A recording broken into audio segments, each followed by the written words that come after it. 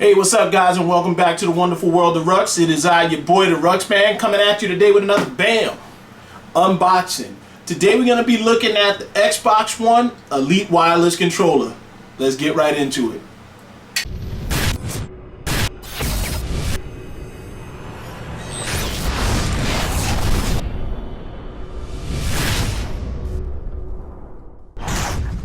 Okay, so first things first, guys, let's take a look at the actual box. Take some time to appreciate this. So here on the front, what we have here is just basic layout of the new controller. Actually, we're a little bit late to the party. There's actually a redesign of this controller coming out for the Xbox One S, but better late than never. This is the original Xbox One Elite Wireless Controller. Off to the side here, we'll just take a look at that, see if we can get the camera to focus. Okay, so now that we got it to focus as much as we could, we see in there we have a controller, two different types of D-pads, some thumbsticks, paddles, a case, and what looks like AA batteries, and an actual USB connector. Off onto the back, just a little layout of the controller, talking about, I guess, some of the key points to the controller, some of the innovations that have happened. Just to tell you, just from holding this box, this is a much heavier controller.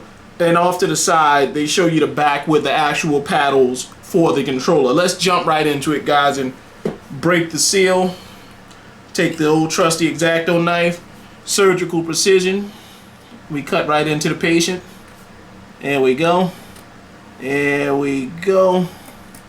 And let's flip her around, and there we go. Last one's right here. So we'll cut right into that. Alright. So now we're free to get in there. Let's put the X-Acto knife off to the side, safety first. Okay, so let's see what we got here.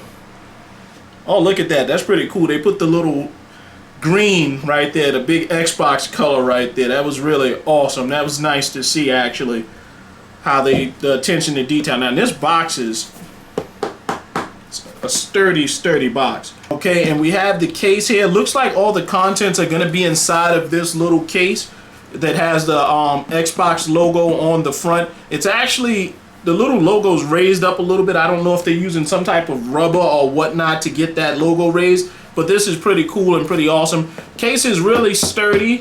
So I guess this is for traveling. If you were to drop it, your actual case and components wouldn't be damaged. But let's jump right into this. Let's just give it an open up right here. Now, just to give you a little bit of insight why I actually went and picked this one up, is I wanted to know how this controller was going to do customized options with my actual PC gaming. So let's just take this out of here, and I'll explain that a little bit, in the video. So first thing, like I said, we notice is the actual controller. Very, very sexy. Let's take a look at that. Some like kind of chrome-ish bronze finish. It's like a bronze chrome. Actually, no, it's just a silver. It's just the way the light's hitting it.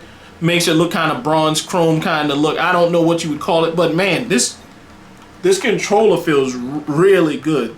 The thumbsticks feel really good, really clicky and responsive. You can hear that.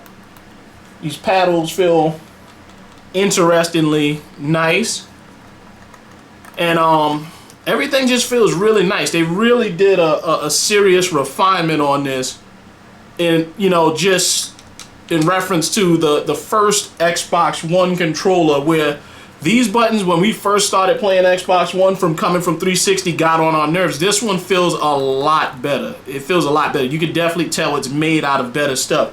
So let's flip it around on the back. These are the customized paddles. You can change them to different buttons. And this is why I wanted to pick the controller up. Now for most of us, we'll be using this for like different shooter games. Maybe you want to put this as a melee button, put this as jump, so you can jump in melee or jump and aim at the same time and do all kinds of things. There's all kinds of configurations that you can work with. Now, another feature that they added in with this controller is the ability to adjust the actual travel distance of your triggers. So right now you have a full press on the triggers, but if you were to mess with these little green buttons right here, you can move them down and reduce the travel time. So it's much much shorter. So the distance, you see, it only goes that far. If I were to raise that back up, goes all the way down. There's no stop. So basically what that would do in a situation where you were playing a shooter game, if you wanted to shoot a little faster, you would basically click that guy down, and that would make you be able to respond in a firefight a lot quicker. Very thoughtful.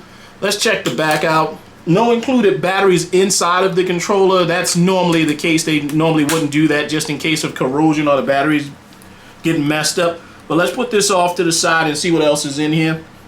So as we know, it has many customization options. We got two little short thumbsticks. They're more concave than convex like the ones that are on there.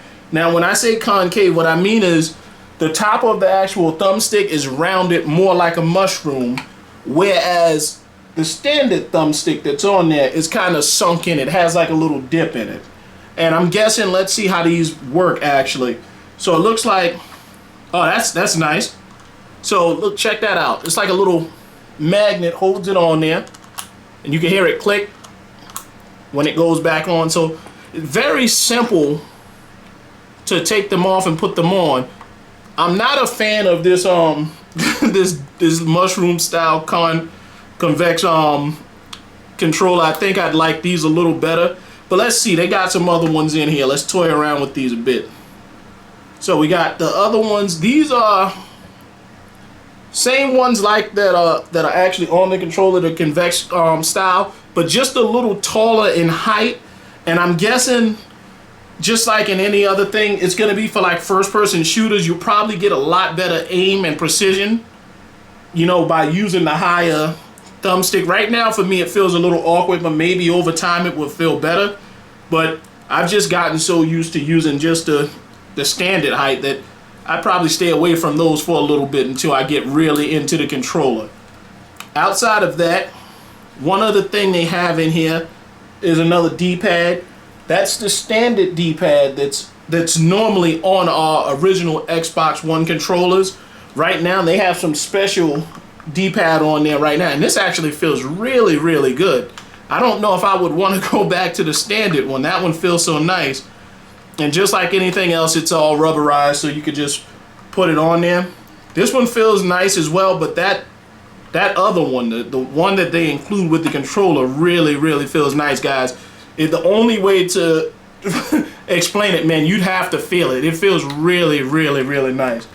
I could see somebody throwing some solid fireballs in Street Fighter with this and, you know, getting some good gameplay going on. Let's see what else might be included in this package, because it feels like it still has a little bit of weight to it. So we'll just kind of lift that up. Beyond the back here, we got, looks like a quick setup guide. They always like to give us a quick setup guide. Some other stuff that no one really reads. If you don't know how to plug in the controller by now to set it up, or hit that little sync button up top, that little green sync button, that's something you just gotta figure out a deal with. But anyway, more, you know, mumbo jumbo that we're not gonna read. Looks like we got a little box right here off to the side, and just looking through the little hole in there, I can see that's where our actual USB cable is, and actually a set of batteries. So they did give us some AA Duracell batteries. Very good that they gave us Duracell, because, you know, that's one of the bigger names. You don't want something that's going to be cheap that's going to die really quick. Now, what is a little bit disappointing is that it didn't come with its own charge and play kit. I wish it would have come with that at the price that it is, but I guess that's how they're keeping costs down. Right here, we just have a little braided Xbox themed black and green USB cable for charging our controller. And from what I understand, I think this is probably anywhere between 8 and 9 feet long.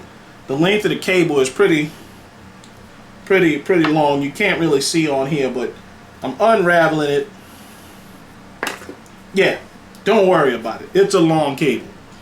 Alright guys, and that's going to cover it just about for the Xbox One Elite wireless controller. I will be trying to get a copy of the Gears of War edition just so we can do a little bit of a comparison. But for now, and I can't wait to get this on PC, hook it up and try some different games, maybe see if the configurations will work with this controller, either using a program called XPadder, which a lot of you know about for configuring controllers to work with games that don't normally use controllers, or just to see if I could get some extra function out of those paddles. I'll try to make a follow-up video if you guys are interested in it. Leave it in the comments below, because I know a lot of you probably are PC gamers and console gamers who want to know what that ultimate controller is going to be if you are a person that uses a controller on PC like myself. But anyway, don't want to hold you guys. Just want to say, if you like the video, make sure you hit that like button down below, as it does help the channel out tremendously. Also, don't forget to subscribe if you have not already done so. Follow us. Social media links are down in the description below. And as always, guys, slow down, but never stop. Ruxman out. Love you, baby. Mean it. The wonderful world of Rux. Crazy mother.